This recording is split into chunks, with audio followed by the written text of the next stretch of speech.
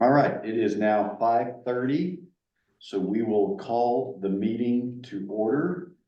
And of course, there we go. And so the first item on the agenda is consideration of the minutes of November 15th, 2023 meeting. And so Dee had sent those to us previously. I did not see any corrections. Thanks. Pat, Kimberly, did you have any corrections? Looks good to me. All right, I will entertain a motion then to approve the minutes as presented. I'll make a motion, we approve the minutes as presented. All right, motion by Pat. Second I that? will, seconded by Kimberly. So since we do have a committee member participating via Zoom, we will need to engage in a roll call vote. So Kimberly, Yes. Pat, Yes. Dee? Yes.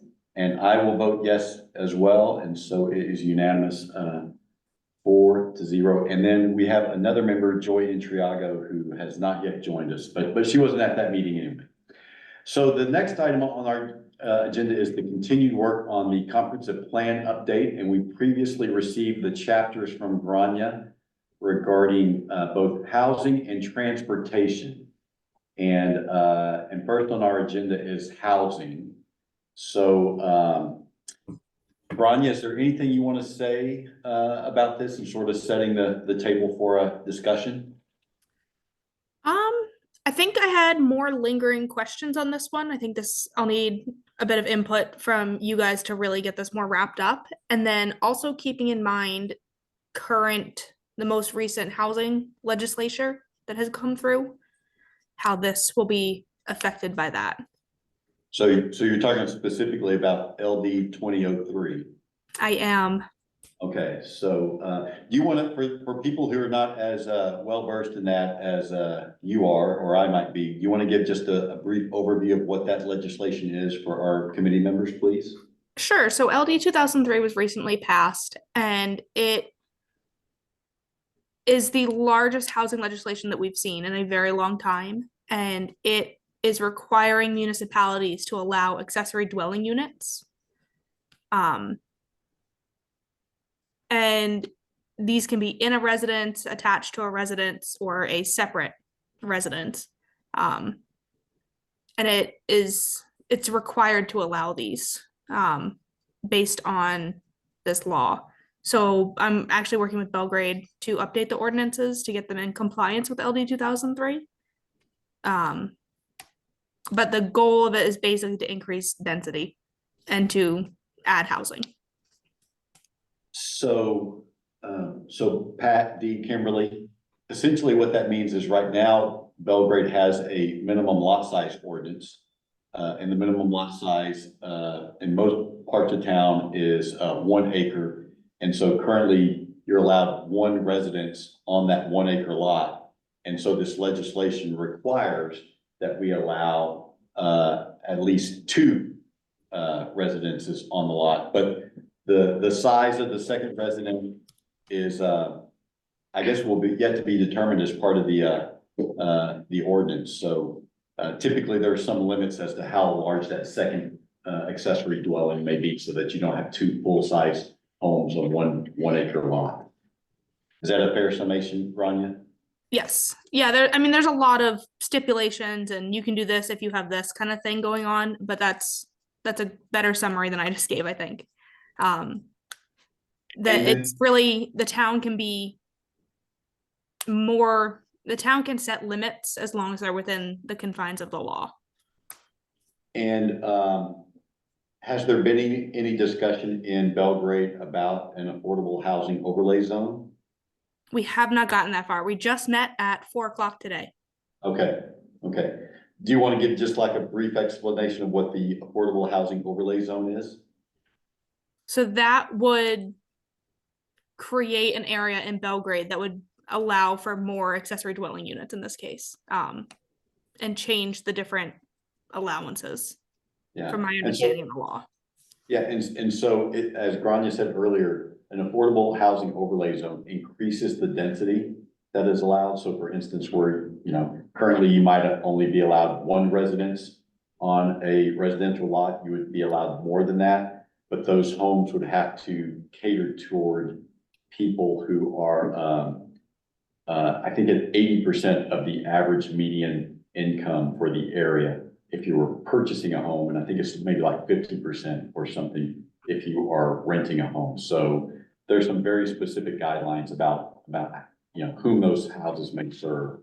And so that, because there's no zoning in Belgrade outside of the shoreline zone, that may be a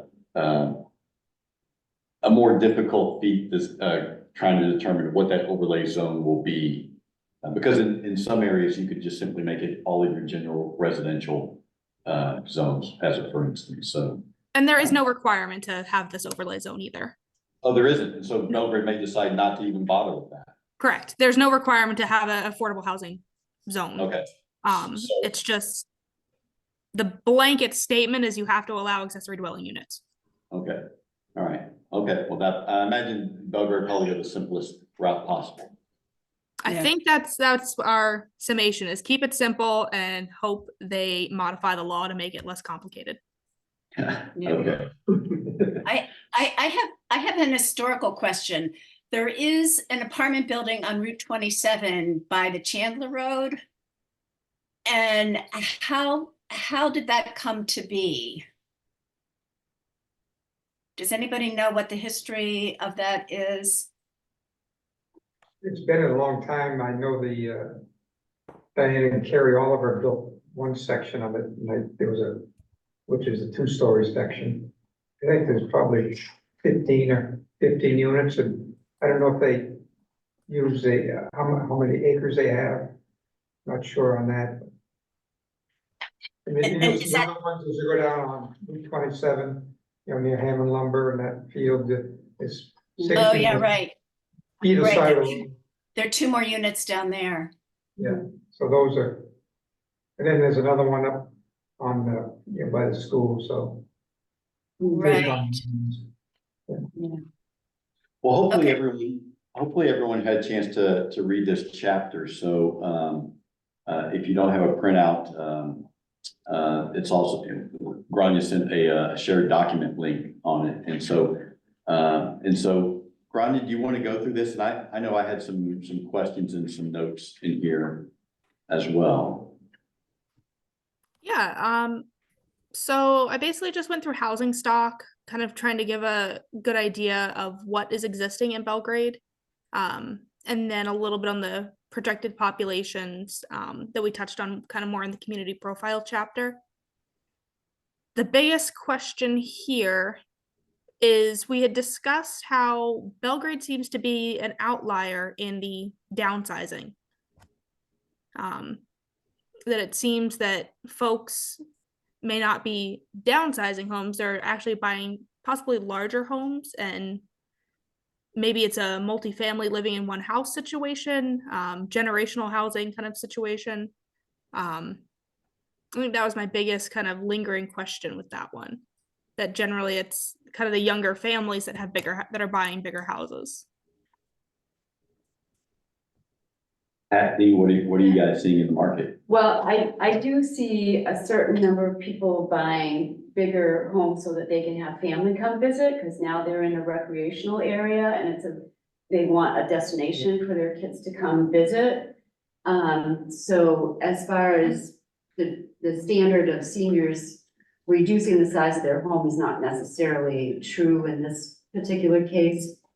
And there was another point that I was gonna bring up with that. Maybe, like, if you take example, Tyler Evans subdivision there, the demographics, you know, probably upper middle class, you know, professionals, those are large homes. So I don't see it downsizing where new construction is expensive, no matter what you're doing. The people who can most afford it are gonna, you know, want, you know, it looks like that type of product, you know. Do you folks see, seniors who are either 1 or 2 person households and they may have raised their family in a home and realized they've got too much home for them now, looking to relocate to a smaller home, something that may be more manageable for them? I guess that is something that is going to be happening. I don't know what the percentage is from downsizing to upsizing. I would say probably, I read somewhere that 30% are upsizing. I don't know exactly what it would be in this particular. But do you guys have clients coming to you saying, you know, let's say they're in their mid to late 60s, maybe 70s, and they're saying, you know, I want to sell this home and buy a smaller home. Do you see that very often? I don't. Interesting. Kevin, And- may I? Yes, This of is course, Joy. Joy. Oh, Sorry. hi. Thanks for Hi, joining. sorry, thanks. So anecdotally, I know of a couple of situations where seniors, including me, have looked to downsize and be closer to the village. I know of one person recently that bought a second home in the village to have a smaller place that they would have year round.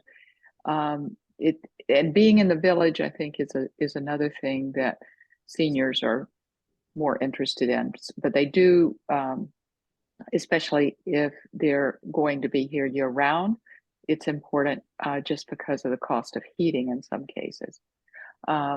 So I don't have statistics on it, but also I think this is one of those situations, if you build it, they will possibly come. So Joy, I'm interested in that insight about seniors wanting to locate in or near the village. Why do you think that is? Walkability, Interesting. accessibility, walkability, socializing. You know, the area is fairly spread out. So, you know, as we get older, we want to find ways to be around other people. And being in the village, you know, helps with that. And- Even though the winter does get a little bit quiet, but I think Yeah. the village more and more is going to offer, you know, just having a bookstore and things like that there make it much more livable. Yeah. One thing, while I was, Oh. while I was reading the housing, I did notice that there was a separation with, you know, seasonal homes versus year-round homes. But one thing that is happening that wasn't noted or in this is that a lot of people are changing a seasonal home to a year-round. That is a trend that I'm seeing, so that should be taken into consideration, or even, you know, do like an investigation of how many people have done that over the past couple of years, because that is a way that we're getting year-round residents. Hans, would you have any sort of building permits that would reflect that? They would be like internal renovations, and there's no telling what the end game of the renovation will be. I see. I mean, we've got a couple situations where people added a master suite to their house downstairs, but they discontinued the bedroom upstairs, so it was a zero-sum game, but they did expand their footprint. Another gentleman over in Salmon Lake, he comes up, he lives in southern Maine, they come up here ice fishing.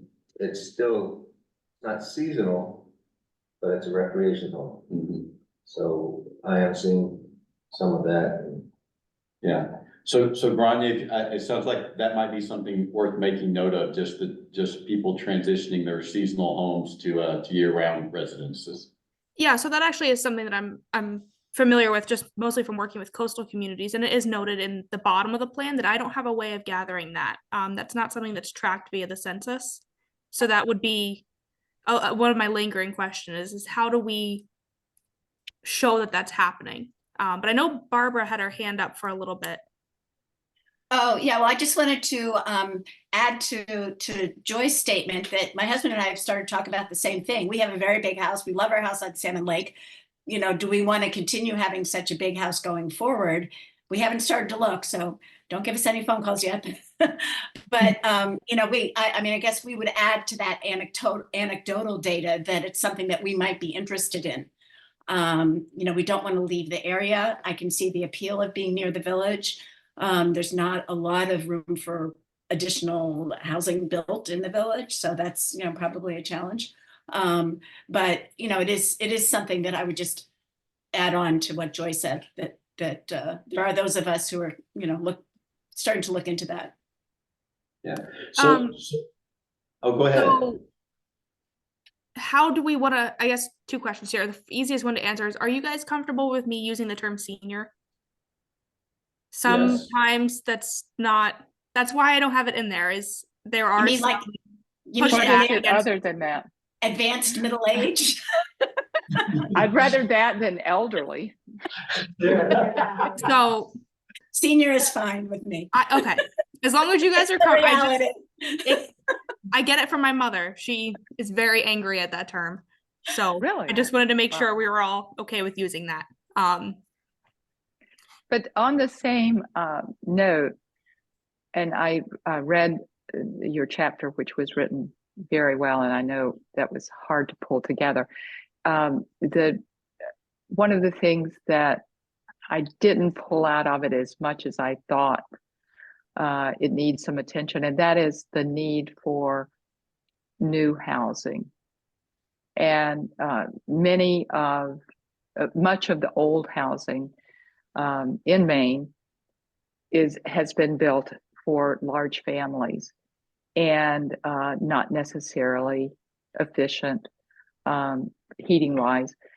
And considering how low inventory is in general, it is a challenge for those of us seniors that want to stay in the area and would like to have something that's smaller and modern, and not necessarily something that we can have, 5 of our kids and their grandkids to come to. We want to just be able to be there year round. And I wonder about that statistic also, about how many are changing from being here just part of the year to being full-time residents.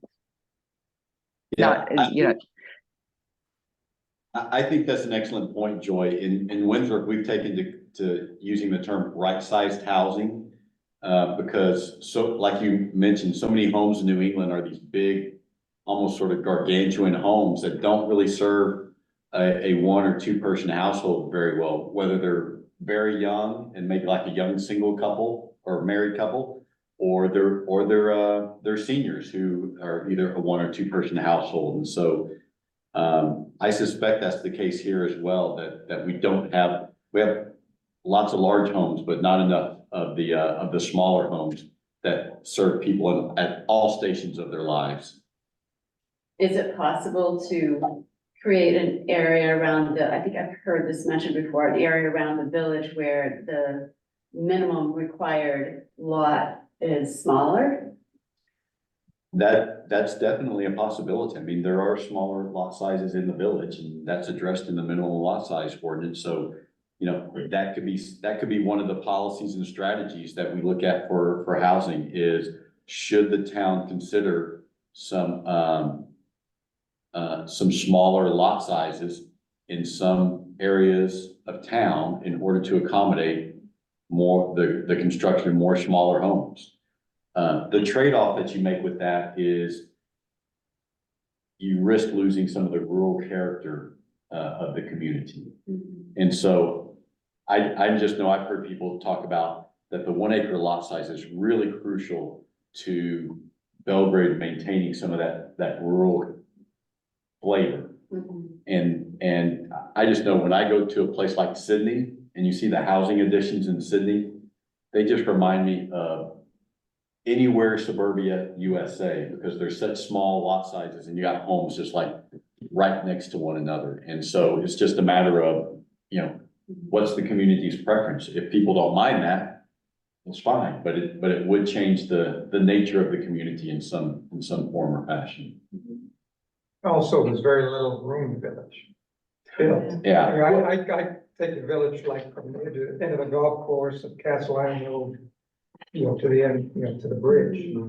And Yeah. yeah. there's not a Well, lot of area there. but what I was hearing Dee say is that maybe we should consider some smaller minimum lot sizes in other parts of town. Is that accurate? Well, maybe that too. Or maybe some areas that abut the village? Yeah. It could be like the depot area, because that Oh, also yeah. Yeah. has the library. Right, You You have to expand it, different areas. So under ordinances, there is one ordinance that does have a smaller lot size, and that's the mobile home ordinance. So, but seeing as that exists, could it be expanded to include condominiums? Could be.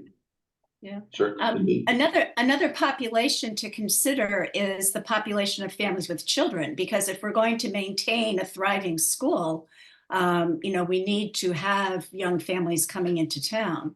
There are a lot of, well, not a lot, but there are several large tracts of land, such as down around the Penny Road and, what's considered South Belgrade, where there are areas that maybe could be developed with smaller lot sizes, as an area that could appeal to families with children. I So think this is. that's a population that we don't want to ignore. Yeah, so this is a topic that we will actually circle back around to at one point in the plan when we talk about the future land use chapter, because one of the things that will be required in the future land use chapter is a designated growth area. And so one of the strategies for the designated growth area might be to consider smaller lot sizes within that designated growth area in order to encourage residential development in that area via smaller lot sizes. So.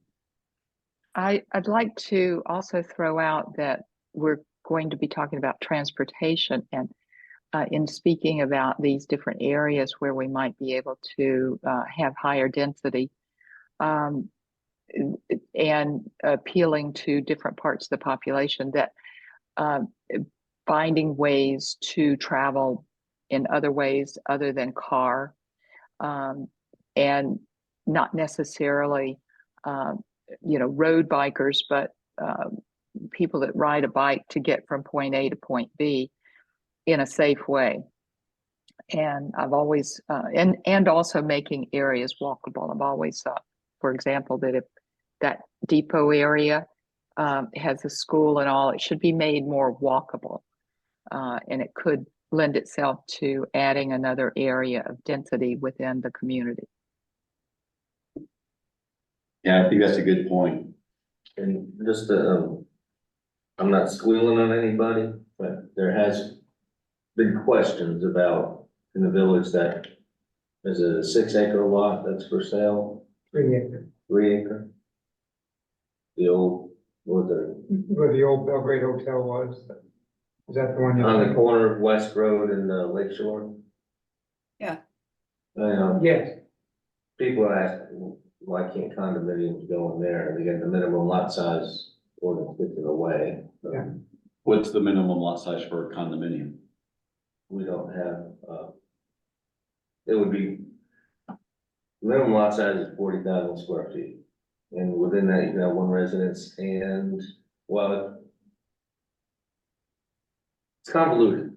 So would If you you have the dimensional requirements, you can put 2 residences. One of them can be a duplex, so that would be 80,000 square feet. Yeah, if you had to guess, Pat, would you think that whomever buys that may look to subdivide it?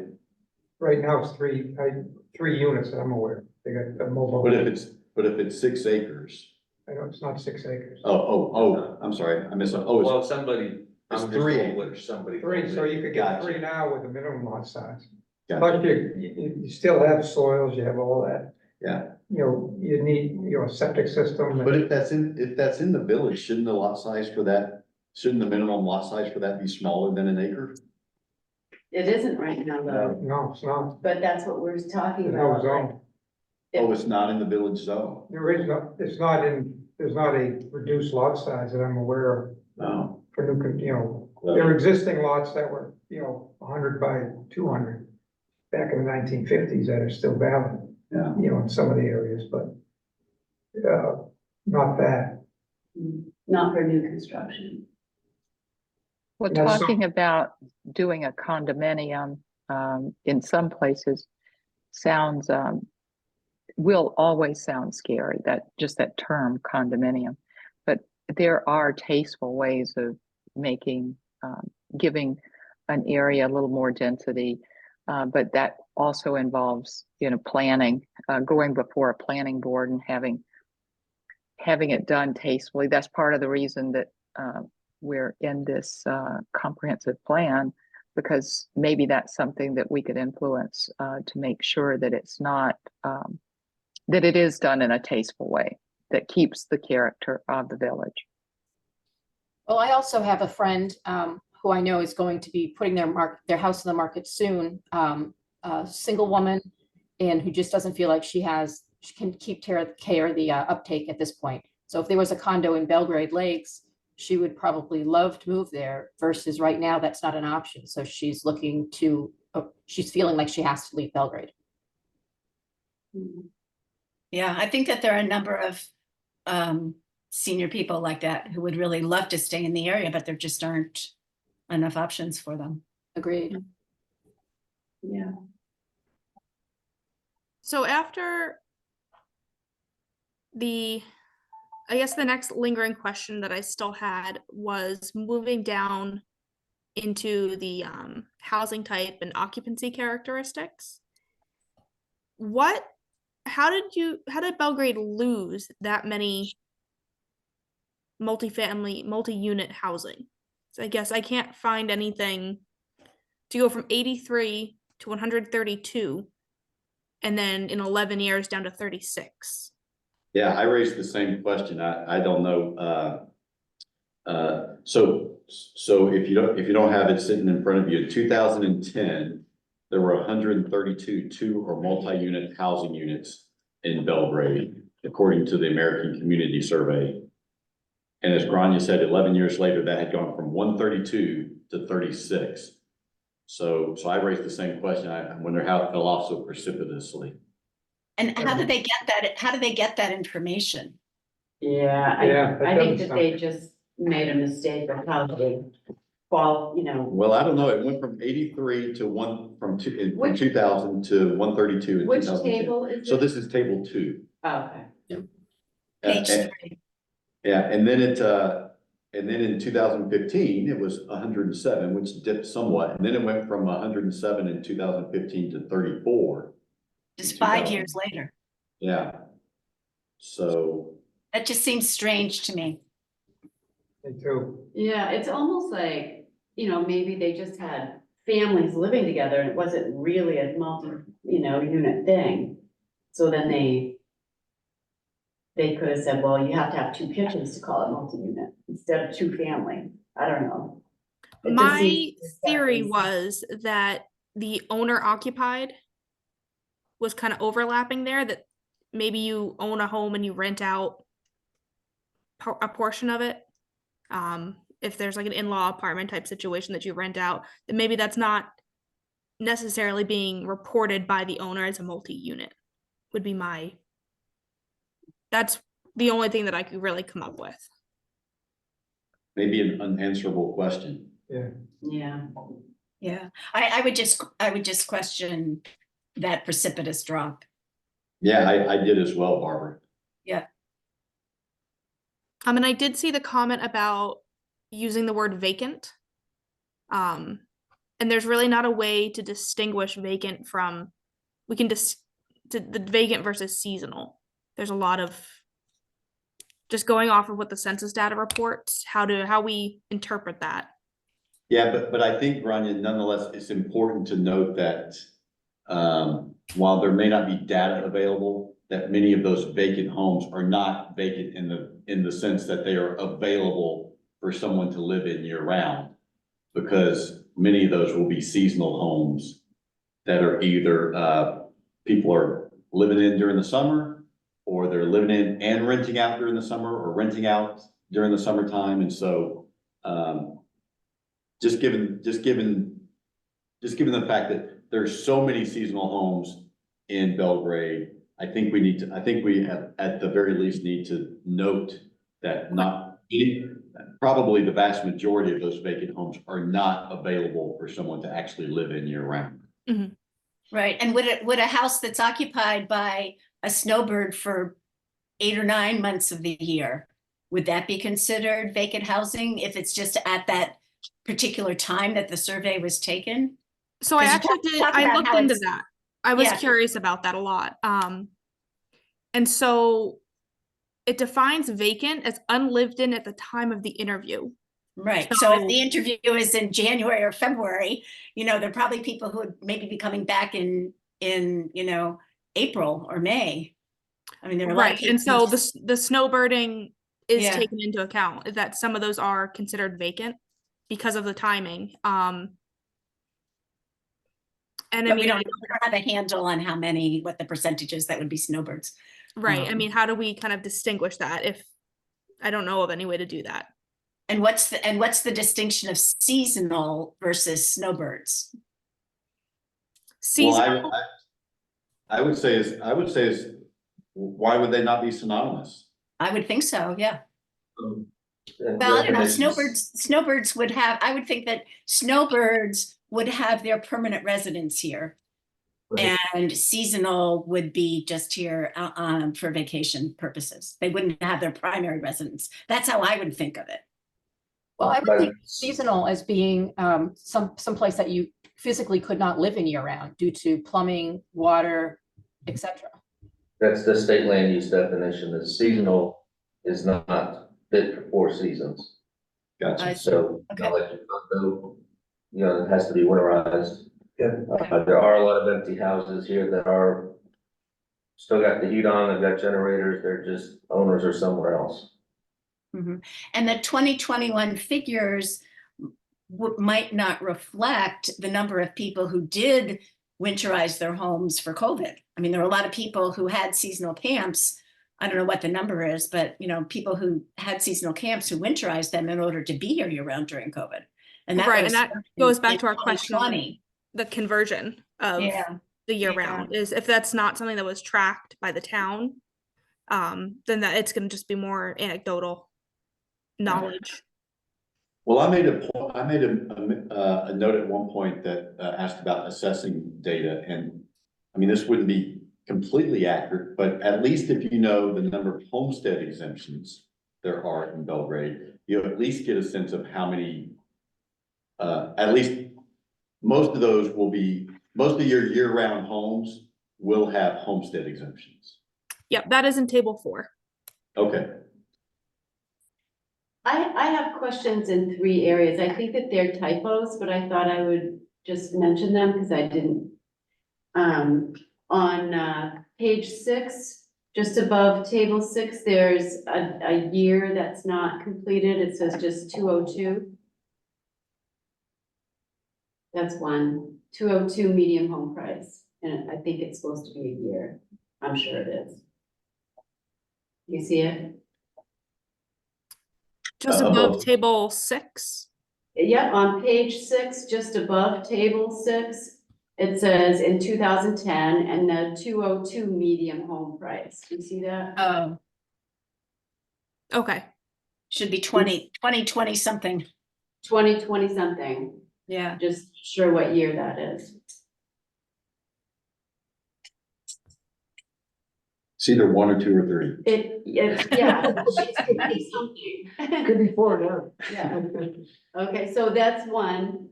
All right. The other one was on page 11. Well, this isn't really a typo, but it kind of, just because, on page 11, it says, very last line, it's talking about what the different areas of Belgrade. It says North Belgrade is just that. And I don't know, I think North Belgrade is kind of sensitive, and I just don't think that that's worded in a way that's like, that somebody might take it a weird way. Right, yeah, as a resident of North Belgrade, I would agree. Yeah, I would change that. And that's page 11, last line, North Belgrade the northern part, you know, like just not word it, like it's just that. So though, Dee, would you describe it as the area of town that is north of the junction of Route 8 and 11? Yeah, Yes. I would definitely do that, but I just wouldn't say, Yeah. it just is kind of, and then, So that, Grania, that's the line of demarcation where Route 8 and 11 meet. yeah. Right, and so that's what the sentence is North Belgrade is just that, the northern portion of Belgrade, and follows the path of Yeah, State Routes 8 I- and But take out the just that. Okay. Is the northern portion. We don't want them seceding. Yeah, Right. it could But- be but- like, But I also, it's just like, but I also, yeah. I And also there's- wonder, how important is it that we continue to make those distinctions? Because Belgrade is all of one town, and, you know, we know that we have these, you know, different divisions. Do we really need here to make that defined by its three regions? I mean, the depot area is basically from the school down to Hammond Lumber. You know, it used to be the thriving railroad station where everybody came for their summer vacations before cars. But, you know, that And leaves like- out kind of the whole South Belgrade farm area, and the village is the one kind of distinctive area. The one, North Belgrade is very sensitive because North Belgrade feels as if they're always, you know, getting neglected because of the village. So I would just question why we even need to mention. I Well- defined that because of the committee's distinction on labor market areas. That those in North Belgrade kind of associated themselves more with Waterville was how I understood it. A lot of that seeming to be due to the Colby influence, Right. and that the other two regions were more the Augusta labor market area and micropolitan. Well, first of all, the depot, Belgrade Lakes Village and North Belgrade do not comprise the entire Belgrade. There's Right. areas left out of those three. But So- to defend Grania's wording here, and I agree, she says Belgrade's character is defined by its three neighborhoods. So she's not, I don't think she, I mean, the way I'm reading that is these are just three distinct neighborhoods within the community. And I think that's a fair and accurate Yeah, statement. neighborhoods within the community, Yeah. that makes sense. And then the final one that I saw was on page 13. It was like, it says it would force Winslow to, where is it? Thereby force Winslow to re-examine portions of its zoning regulation. I'm not sure if you meant Winslow there. Cause it didn't make sense to me. I'm looking. That's just the boilerplate that didn't get changed. Right? I'm not seeing that on page It's 13. in what else, after the first paragraph after what else on the last page. Okay, so I probably would have forgotten to change it to Winslow. It is corrected in the online version. Yeah, it is. Oh, okay. So one question, Grania, I raised at the very top that I don't know is really addressed throughout, but the last sentence of the first paragraph says if housing prices rise to a point where homes are not affordable either to purchase or build. And I don't know that the chapter addresses enough just rental properties in town where someone can rent a property year round. And, you know, in my opinion, there's a dearth of those in Belgrade as well. Like if you're just wanting to rent, it's really hard to find a decent rental property. Fair? Yes. Are you talking about the first page of the entire document, page one? Yes. Yes. Okay. Yeah, we skipped down quite a bit. But I just mentioned that sort of as something that needs to be addressed in the chapter in some form or fashion is that we really don't have very many rental properties in Belgrade at all. Right, Which is limited. yeah, and it could be addressed in conjunction with condominiums. It doesn't necessarily have to be condominiums that are built. It could be apartments that are built. You know, they could be rental as opposed to owned. Well, and with, under the umbrella of affordable housing, because, you know, people rent because they can't afford to buy. Right. So, No, I Well, agree I hate- 100% to add in rental information. I just don't know. I don't have a good way to gather that. The main housing site doesn't go down to the town specific level. So does that go back to, the issue with the new minimum lot size? Well, that Belgrade has had for quite some time, with being able to do a multi-unit apartment building like that has been in the past. Is that unable to happen anymore because of the minimum lot size, and that's what's been restricting this affordable housing movement? No, I think if you, isn't there an ordinance, Hans, that addresses zoning or Apartments. and for apartments? Yeah. Multi-family, it's the multi-family ordinance. I believe. Yeah, and so, I mean, those sort of developments are gonna happen on lots that are many acres as opposed to 1 acre. So I don't know that, I don't see the minimum lot size ordinance as limiting that sort of development. You just have to buy a piece of property that's larger than 1 acre. Or you update the multi-housing ordinance. I mean, it's a very small ordinance. Yeah. But Even then, I don't, again, I don't know that you would want well, maybe you do with the new LD 2003 in place. I don't know that you'd want multi-housing developments on 1 acre lots. I mean, maybe a duplex would be fine. well, that's two Well, or more. I think Understood. another rub on being able to increase the number of rentals, if we're talking about rentals for a resident, is the competition with short-term rentals. Short-term rentals are much more attractive for someone to enter into, and it's a situation that a lot of communities are having to deal with.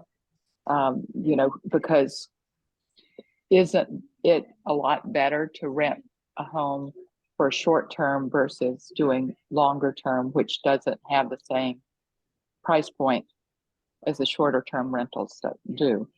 Yeah. So Joy, I've been curious about this. Do you think that an owner of a rental property can generate as much revenue with short-term rentals over the course of a year as just renting it year round? Probably. They'll get more. They'll get more short term. Right, I mean, they Yeah. can probably charge a premium Oh, yeah. as a yeah. result. I mean, that would be my Yeah. intuition. And you're getting tourists, you're not getting Right. people who are gonna be sending their Yeah. children to school and So you can that's, set a price. yeah. So Well, the place where you'll get that information is if you go to realtor.com and you search in Belgrade for rentals, Mhm. you will Also- not find a single one. Also on There's VRBO. not. Yeah, well, VRBO and Airbnb is a little bit different because you will find the rentals. But if you go to realtor.com, where those are typically year-round rentals for residents, there's not a single one in Belgrade Lakes.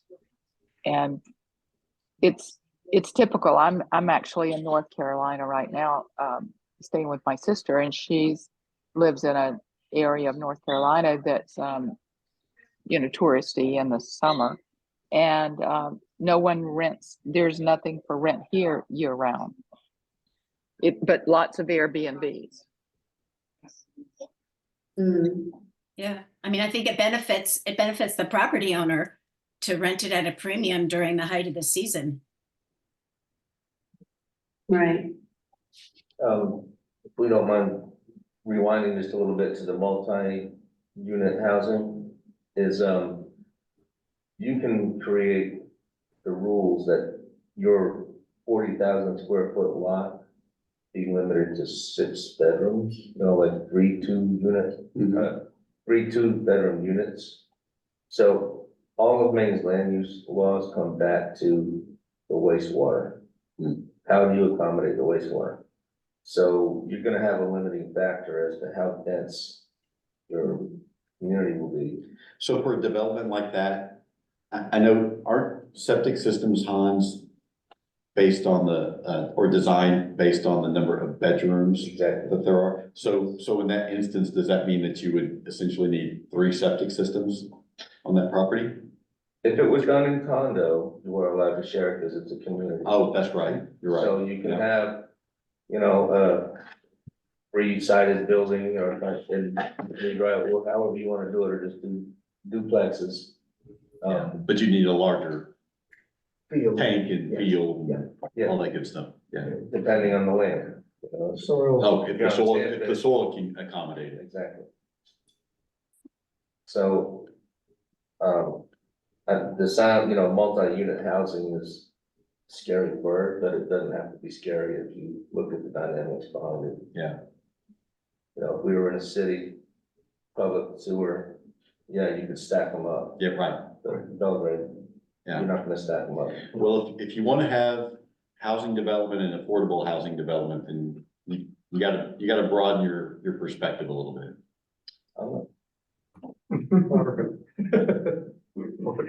Okay, so we've spent 45 minutes talking about this. Has everyone sort of had their say about housing?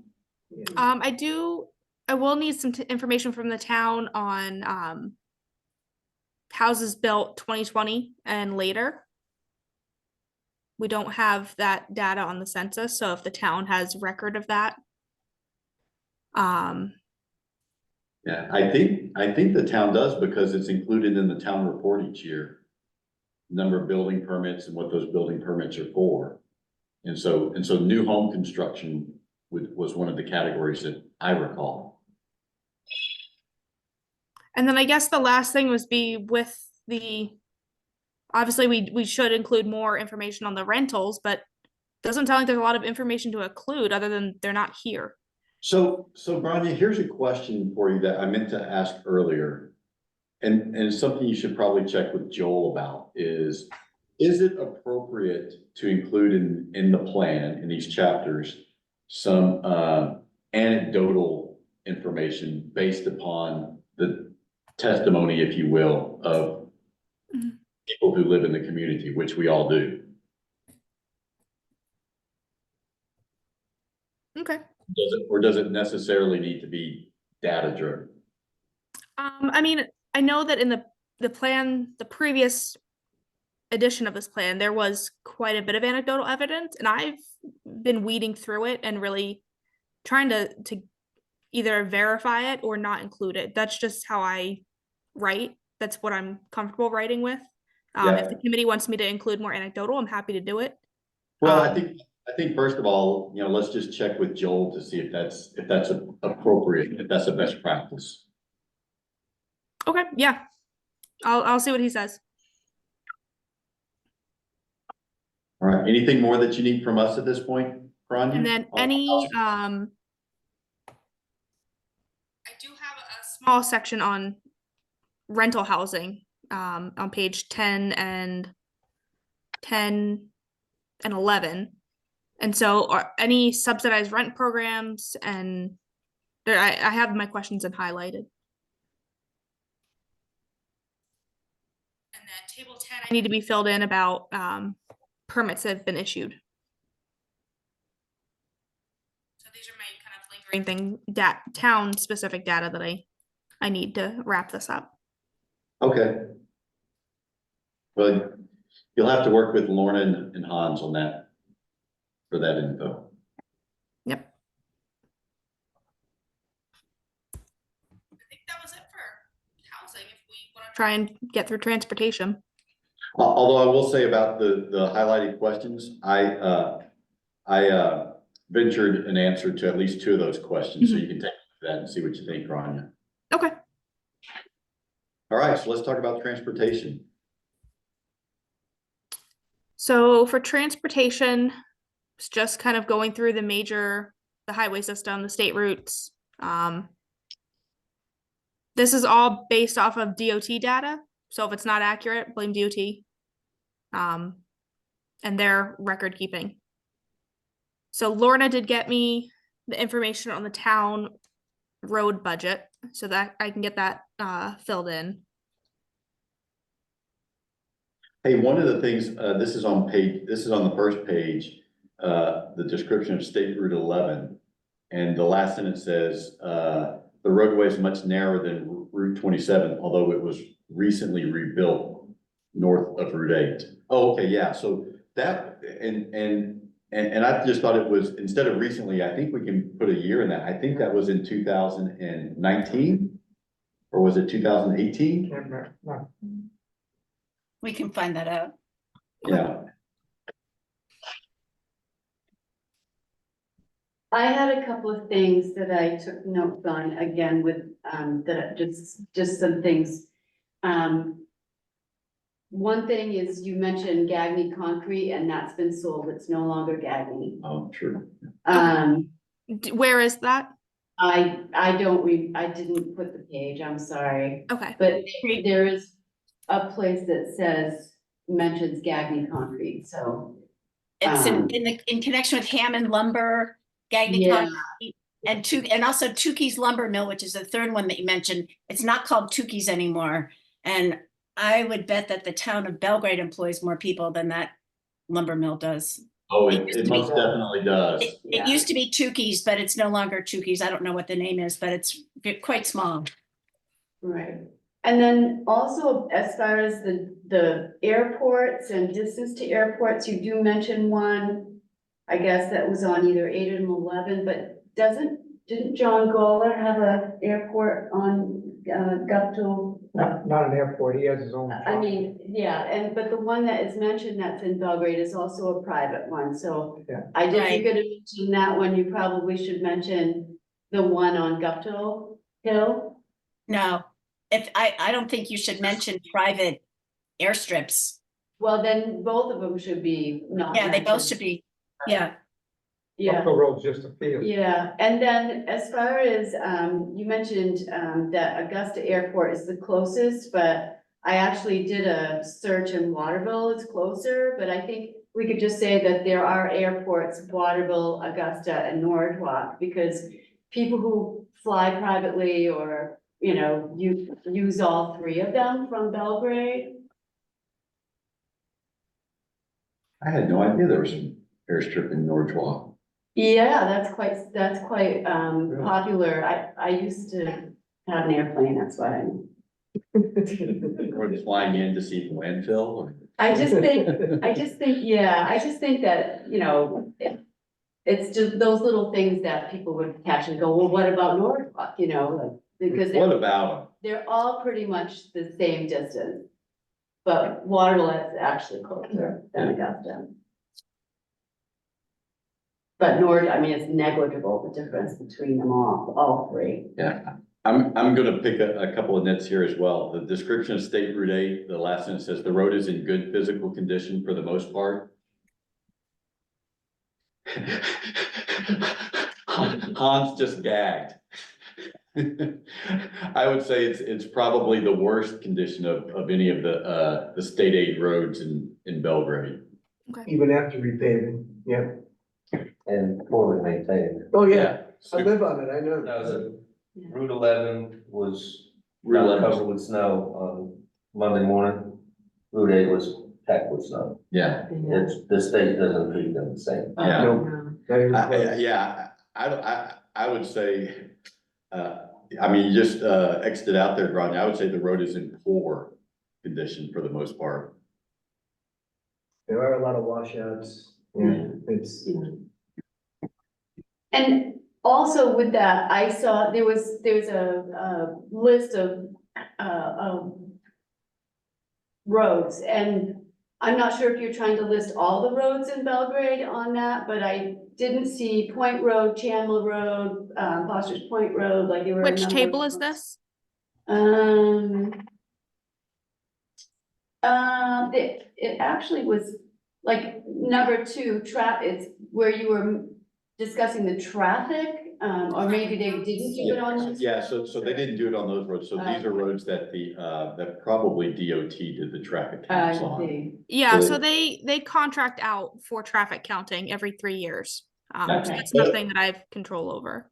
But to that point, Grania, the town does have a road inventory and it might be helpful. It would certainly be inclusive if you included that road inventory in this chapter. Yeah, that's Okay. what I think she was planning to do that under where it says town ways. Is that correct on page? Which Six. page is that? Six. Six. Was that Yes. what you were gonna put in there? Yes. It Okay, looked yeah, like it was a place for it. yeah. So the town does have that. And I have one more thing that I was curious about is when you talk about the sidewalks in the village and things, I thought where that was recently all redone is, I was just confused by that. Yeah, I think that was, that struck me, Joy, as a holdover from the 2014 plan. Yeah, And so, Yeah. and I made a note that does need to be updated, Grania, because those sidewalks are new as of 2019. yeah, they've done a Right. lot of work Okay. up there. Yeah, And also parking, the parking has been considerably upgraded. Yes, It's not, and that's yes. not reflected here. The handicap and. So and these are actually- the type of things that if you guys are able to just add in, because Yeah. obviously this is very town specific data that I have no knowledge of. I did make a note, Grania, under let's see, this is on page 2, about the town road plan calls for repaving every 8 years or so. And I just noted that, first of all, I'm unaware of that, but second of all, 8 years is an awfully short lifespan for repaving a road. I mean, if you're repaving a road every 8 years, you are doing a terrible job in your repaving. And Belgrade's roads are actually in great shape with the exception of some roads in North Belgrade that I think are scheduled to be repaved in 2025. So I'm not sure that that's an accurate statement. Nor is this, as far as I'm aware, the town maintains a road maintenance capital reserve account to even out annual appropriations. And so, that would go against good municipal financial management. You would not want to spend that finite resource on an annual expense. And so that capital reserve has been used for sort of making a down payment in a lot of respects on the paving projects that occur every 3 years, just so that the town doesn't have to finance nearly as much. Right. And then in that last let's see, the last sentence of that paragraph, it says, it indicates that vehicle excise taxes have been used for funding for roads, and in Belgrade, that is not the case. It's not expressly appropriated for road maintenance, the vehicle excise tax. Okay.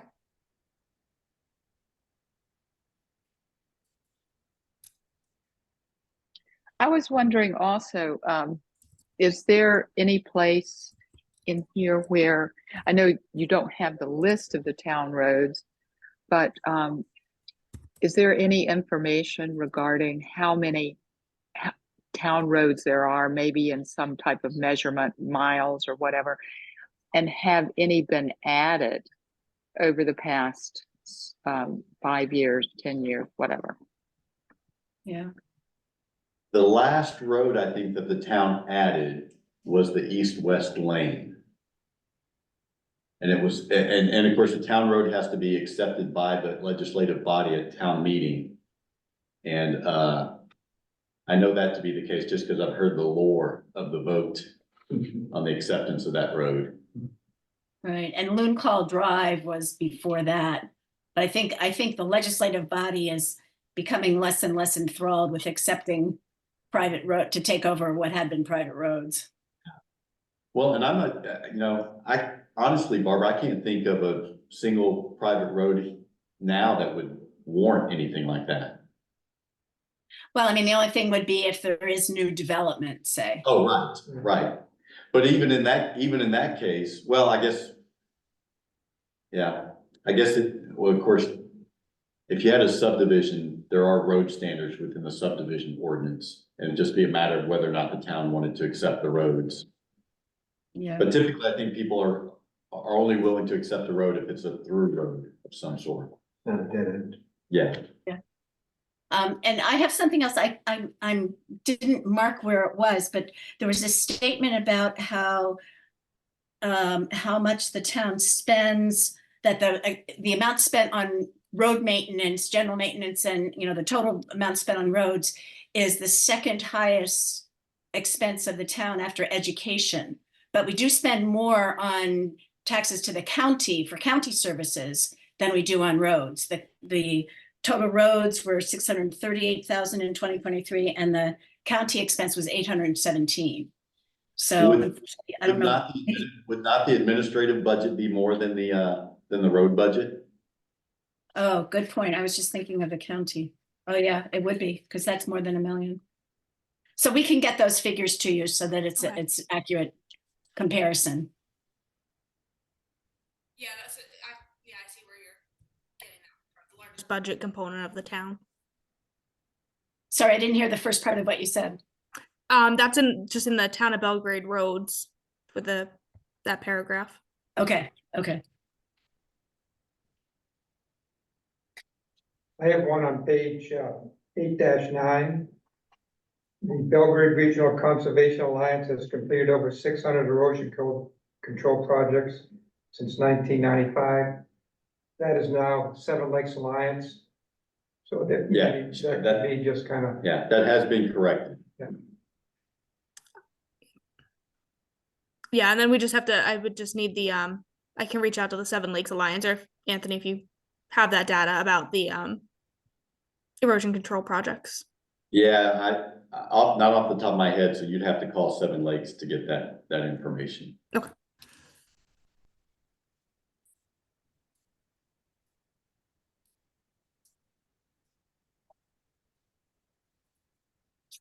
I think you have a lot of good information here for us to continue to ponder. Hopefully, that's the goal. Yeah, I know. Barbara, did you happen to look at the shared document that was online, or are you looking at the PDF? I'm looking, I printed it out earlier today, so I don't have the shared document. So on page 6, the last paragraph before traffic and development, it says shifting the curbing out into the roadway at pedestrian crossings is Oh, called yeah. a no. But I made a note that said voters rejected a $5,000 proposal to do this in 2022. Right, right. What can you do? You could put it on the warrant again this year. There you go. $3 million budget, and we rejected a $5,000 expenditure. Yeah. Because of all the difference we're making. Yes. You gotta say no somewhere. I suppose so. You gotta say no to something. Right. And also on page 7 page 7 of my copy, where you talk about park and ride lot. Mhm. And it says a lot located near Belgrade Lakes Village could double as public parking. There is a parking lot there that's going to be constructed just south of the village green. So that will be used primarily during events that happen in the village, but also could be available for something like that during non-event season. Is that a done deal, Barbara? Well, it's a done deal. The town, when it's completed, the town will have to accept it. Yeah. I mean, I just. We I just- would say a parking lot is planned, something like that. It's not, but Yeah, maybe by the time this whole project, the comprehensive plan is complete, in another year, it will be a done deal. The expectation is it'll be a done deal this summer, so. Yeah, and yeah, that's the very reason I brought it up, is I want to make sure we don't include something in the plan that's tentative. Right, but also we want to make sure that if there is something in the works, that it's mentioned so that it's not ignored. Yeah. I actually noted that, I thought that this was used for some carpooling or park and ride, is that makeshift lot and the dirt lot near Christie's in the cannabis business. Don't people park there and then carpool together? Oh, I don't know, that where they have boat storage? Yeah, I don't know. I mean, there's a park and ride lot up in Rome on 27, but right. that's not in Belgrade and doesn't really affect, nobody's gonna drive north in order to carpool to go south, so wouldn't really affect people in the town of Belgrade. But the point in that I think is valid is if you have a park and ride lot that's south of the village and then or in south of Belgrade and it's another 15 minutes into Augusta, how many people are really going to want to share rides? I mean, Rania, I guess the main comment I have is, I know that there's lots in this chapter that was from the 2014 plan that is outdated, just because of the Main Street renovation that occurred in 2019. So I'd work with town officials to update those passages. Yep, we'll spend some more time on that and get Rodney the information.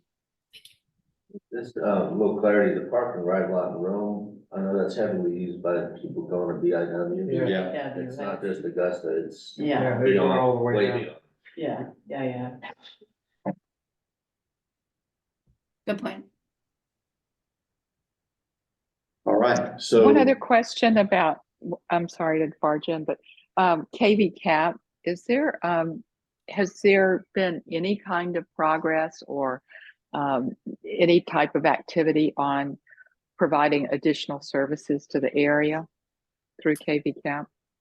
So I've worked with the transportation director with KV Cap for another project pretty closely, and they've actually cut services.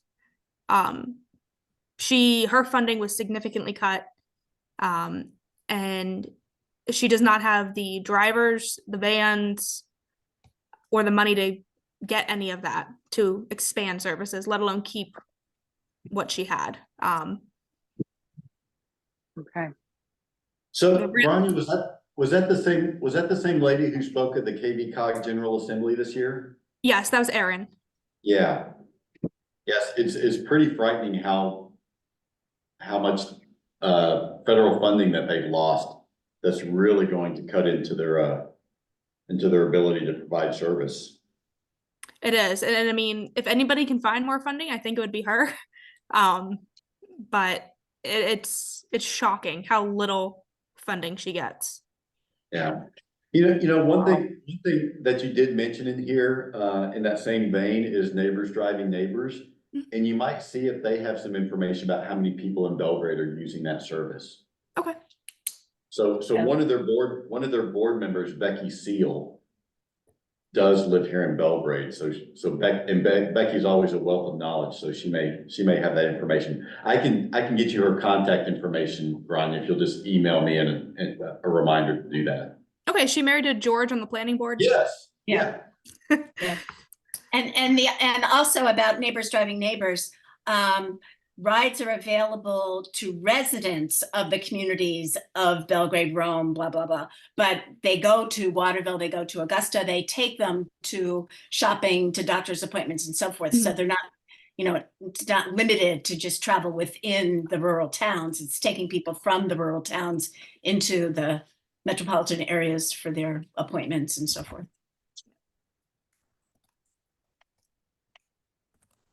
Right. And it's a really, really valuable service. So we're at 6:38. Is there anything anyone else wants to say about transportation before we talk about our next meeting in 3 weeks? All right. So the next meeting, what we had planned to do, and I think this was mentioned in one of the emails that I sent around, was these chapters are all well and good, but the heart, the core of this plan are the tables where the policies and strategies are presented. And the strategies are simply recommendations for how the town should move forward in the next 2 years under each of the subject areas that are discussed in the chapters. And so what Rania's plan was to discuss on January 31st, those tables related to economics, and to, historical resources, which were the first two chapters that we read. So Grania, when do you anticipate getting those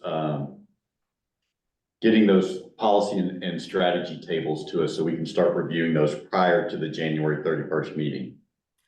I can get those to you guys next week. I can do early next week. So what I'm gonna do is I'm gonna clean up the existing ones just because they're very hard to read.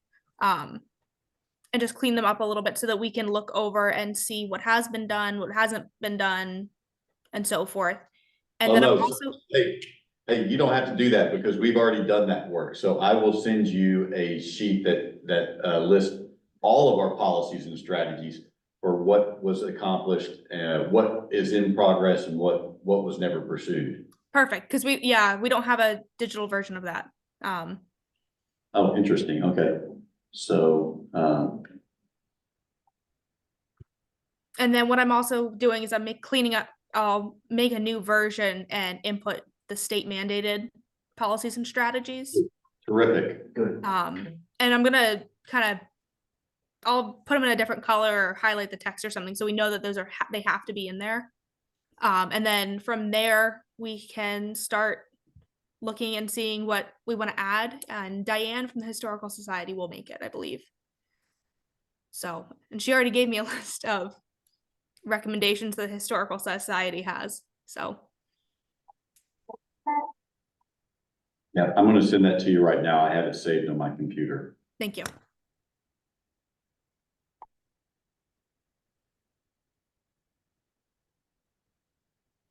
All right.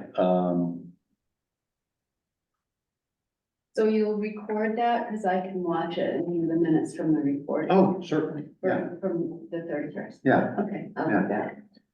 I'm just trying to think if there's anything else that we need to attend to. I don't think so. All right. I think so. Brian, anything else from you?